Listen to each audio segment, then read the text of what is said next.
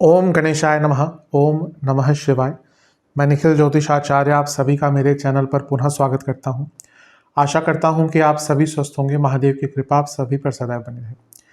ये वीडियो मेष यानी कि एरीज के लिए अत्यंत विशेष है, क्योंकि ये वीडियो है आने वाले सप्ताह यानी कि 27 जनवरी से 2 फरवरी 2025 के साप्ताहिक राशिफल के बारे में। कैसा रहेगा आने वाला सप्ताह मेष के लिए। मेरा जो साप्ताहिक राशिफल होता है वो प्रमुखतः चंद्रमा और उनकी गति पर आधारित होता है।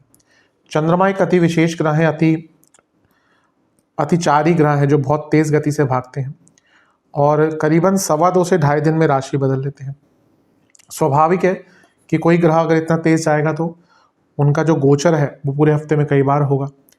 और क्योंकि चंद्रमा मन के कारक है, उनकी एक और विशेषता है, जिस भी भाव में जाते हैं उसको एक्टिवेट कर देते हैं। जिन ग्रहों के साथ संबंध में आते हैं उनको एक्टिवेट कर देते हैं।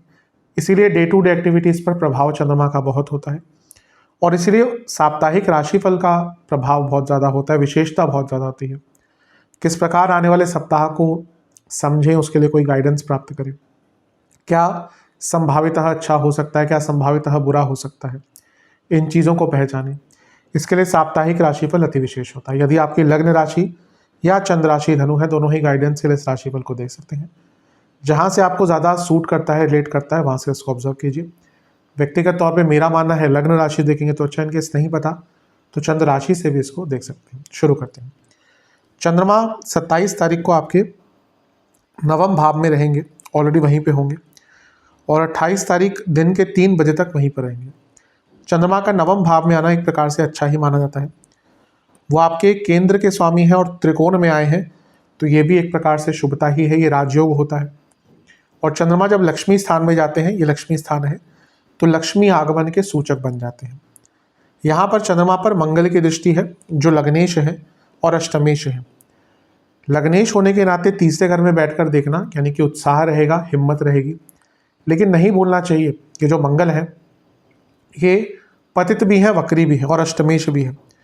तो जहाँ हिम्मत और पराक्रम दोनों ही बहुत अच्छी चीज़ है, यहाँ पे भाग्य का भी साथ मिलेगा चंद्रमा के कारण। लेकिन क्योंकि मंगल की अवस्था थोड़ी अलग है, इसी कारणवश आपको थोड़ा सा ओवर एक्साइटमेंट पर कंट्रोल करना पड़ेगा, क्योंकि बहुत संभावना है कि आप बहुत जल्दबाजी में रहेंगे, ओवर इम्पल्सिव रहेंगे, चीज़ों को समझ नहीं पाएंगे, रिएक्ट कर देंगे और कुछ नेगेटिव इम्पैक्ट हो सकता है इसका। अदरवाइज भाग्यपूर्ण महीना है, भाग्यपूर्ण समय है ये। धार्मिक कार्य करने के लिए, धार्मिक जगहों पर जाने के लिए, घर में धार्मिक अनुष्ठान कराने के लिए बहुत अच्छा समय है। और अगर घर में कुछ संबंध बिगड़ गए थे उनको भी ठीक करने का अच्छा मौका है, क्योंकि यहाँ पे चंद्रमा है और मंगल का प्रभाव है दृष्टि द्वारा। इसी कारण से थोड़ा सा अपने बॉसेस से बच के रहिएगा, आर्ग्यूमेंट्स हो सकते हैं। एक जो चीज़ थोड़ी सी नेगेटिव है वो ये है कि गुरु से अष्टम में है तो शकट योग बन गया, और इस शकट योग से क्या होता है कि चीज़ें डिले होती हैं। तो एक कोई आपके जो महत्वपूर्ण कार्य हैं उनमें थोड़ी मंदता यहाँ पर आ सकती है। अदरवाइज ठीक ठाक ये समय है। नवांश कुंडली बता रही है कि जब तक श्योरिटी ना हो तब तक कुछ कीजिएगा मत, बड़े कदम की बात कर रहा हूँ। दशांश कुंडली कार्य क्षेत्र में बॉसेस से कहा सुनी हो सकती है, चुप रहिएगा। बिजनेस में अगर पार्टनरशिप वाला बिजनेस है तो थोड़ा सा आपको कम्युनिकेशन पर ध्यान देना पड़ेगा। आर्ग्यूमेंट्स भी हो सकते हैं, लेकिन ये ऐसा मौका भी है कि अगर बैठकर बातचीत करी तो जो कन्फ्यूजन है वो दूर भी हो सकती है। लव लाइफ में बहुत अच्छा टाइम नहीं है, एक दूसरे को समझ नहीं पाएंगे। वैवाहिक जीवन ऐसा लग रहा है कि एक गाइडेंस की आवश्यकता है दोनों को ही। किसी बड़े से बातचीत कीजिएगा अगर प्रॉब्लम चल रही है तो। स्टूडेंट्स, आप अपनी संगत को सुधारिए, बहुत चीज़ें सुधर जाएंगी। सेहत की जहाँ तक बात है, गले के रोग, बीपी, जोड़ों का दर्द, एसिडिटी। सर्वाष्टक में आपका छठा भाव अत्यंत बली है, जो बता रहा है कि थोड़ी व्यर्थ की चिंताएं हफ्ते के शुरुआती भाग में रहेंगी।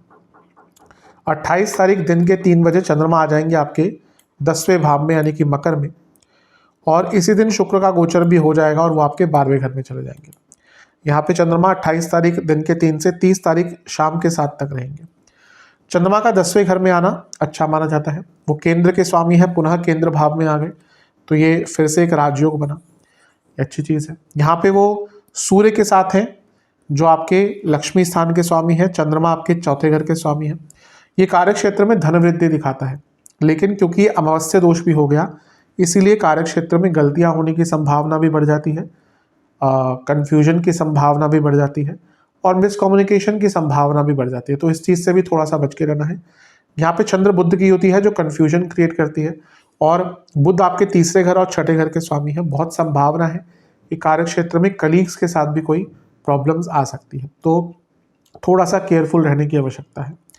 अच्छी चीज़ यह है कि मंगल की दृष्टि अभी भी बनी रहेगी, उनकी 8वीं दृष्टि, और वो लग्नेश है, तो एक हिम्मत रहेगी। और ये गुरु का प्रभाव भी रहेगा, और गुरु अब मार्गीय अवस्था की तरफ जा रहे हैं, तो थोड़ा सा अगर आपने संतुलन दिखाया तो ये जो विकट परिस्थितियां हैं इनसे बहुत आराम से निकल जाएंगे। लेकिन संतुलन, पेशेंस दिखाने की आवश्यकता बहुत ज़्यादा है।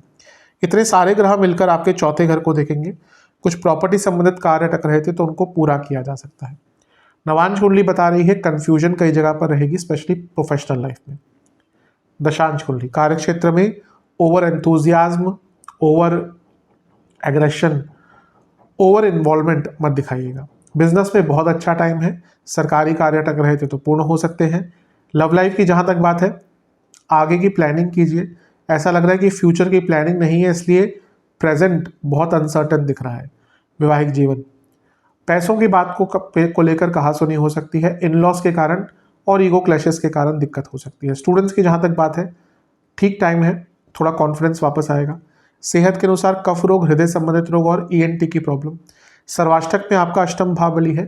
जो लोग जॉब चेंज करने का प्रयत्न कर रहे थे उनके लिए हफ्ते का मध्य भाग अच्छा है। 30 तारीख रात के, क्या कहिए शाम के 3 बजे चंद्रमा आ जाएंगे आपके 11वें घर में, यानी कि कुंभ में, और सप्ताह के अंत तक यहीं पर रहेंगे। चंद्रमा का 11वें भाव में आना एक प्रकार से अच्छा ही माना जाता है। पुनः केंद्र के स्वामी का लाभ स्थान में जाना, यानी कि पैसा घर में आएगा, समृद्धि आएगी और कोई इच्छा भी पूरी हो सकती है। यहाँ पर शनि के साथ हैं जो लाभेश हैं, कर्मेश हैं।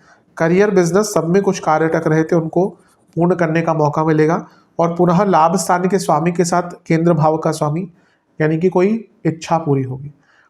यहाँ से गुरु से केंद्र में है तो गजकेसरी योग भी बन रहा है, ये भी अच्छा है। बस क्या है, शनि चंद्रमा ये विषदोष बनता है, इसी कारण से कभी कभी यहाँ पे एक अपूर्णता का भाव आ सकता है मन में। कुछ है भी आपके पास ना, वो भी मीनिंगलेस लगेगा, ऐसा सबके साथ कभी कभी होता है। बस उस भाव में आकर कोई गलत निर्णय नहीं लेना, अदरवाइज ये समय जो है वो आगे बढ़ने का है। नवांश कुंडली बता रही है कि आगे बढ़ने का अवश्य समय है, लेकिन इच्छाओं पर कंट्रोल कर।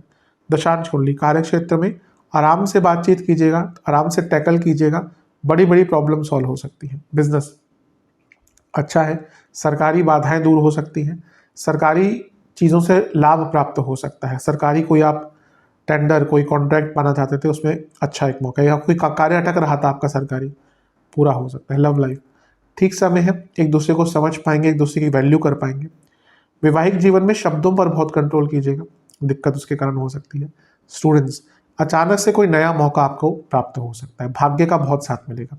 सेहत के अनुसार नसों के रोग, जॉइंट पेन, लोअर बॉडी में कोई दिक्कत। सर्वाष्टक में आपका अष्टम बली है, अचानक से बड़े धन की प्राप्ति दिख रही है। उपाय के स्वरूप में आपको बजरंग बाण का एक बार पाठ करके बजरंग बली को मिश्री का भोग लगाना है। आशा करता हूँ कि वीडियो आपके काम आएगी। चैनल पे नए हैं, सब्सक्राइब कीजिए, वीडियो को लाइक कीजिए। मिलता हूँ अगली वीडियो में, तब तक के लिए ओम नमः शिवाय।